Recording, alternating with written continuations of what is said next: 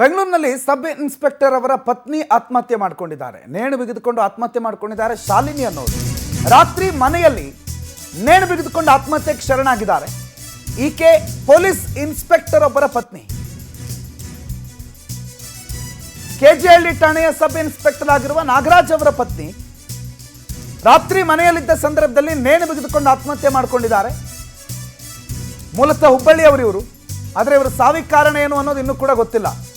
HBR ಲೇಔಟ್ನಲ್ಲಿ ಇವರ ವಾಸ ಇತ್ತು. HBR ಲೇಔಟ್ನಲ್ಲಿ ಪತಿ ಪತ್ನಿ ಸಮೇತ ವಾಸವಾಗಿದ್ದರು. ಇವರು ರಾತ್ರೋರಾತ್ರಿ ಆತ್ಮಹತ್ಯೆಗೆ ಶರಣಾಗಿದ್ದಾರೆ. ನೇಣಿಗೆ ಶರಣಾಗಿ ತಮ್ಮ ಪ್ರಾಣ ಕಳ್ಕೊಂಡಿದ್ದಾರೆ.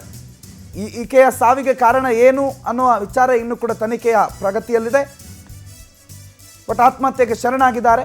ಮನೆಯಲ್ಲಿ ಯಾರೂ ಇಲ್ಲದ ಸಂದರ್ಭದಲ್ಲಿ ನೇಣು ಬಿಗಿದುಕೊಂಡು ಆತ್ಮಹತ್ಯೆಗೆ ಶರಣಾಗಿರುವ ವಿಚಾರ ಈಗ ಬೆಳಕಿಗೆ ಬಂದಿದೆ. ಸಬ್ ಇನ್ಸ್ಪೆಕ್ಟರ್ ಪತ್ನಿ ಆಗಿರೋದ್ರಿಂದ ಹಲವು ಆಯಾಮಗಳಲ್ಲಿ ಪ್ರಶ್ನೆಗಳು ಮೂಡ್ತಾ ಇದೆ. ಕಿರುಕುಳ ಇತ್ತಾ ಅಥವಾ ಬೇರೆ ಯಾರ್ದಾದ್ರೂ, ಅಂದರೆ ಪತಿ ಕಿರುಕುಳನ ಬೇರೆ ಯಾರ್ದಾದ್ರೂ ಕಿರುಕುಳ ಇತ್ತಾ, ಅದನ್ನು ಬಿಟ್ಟು ಬೇರೆ ಸಮಸ್ಯೆ ಏನಾದರೂ ಇತ್ತಾ ಅನ್ನುವ ಹಲವು ಪ್ರಶ್ನೆಗಳಿದೆ. ಎಲ್ಲ ಪ್ರಶ್ನೆಗಳಿಗೆ ತನಿಖೆಯ ಬಳಿಕವಷ್ಟೇ ಉತ್ತರ ಸಿಗಬೇಕಾಗಿದೆ.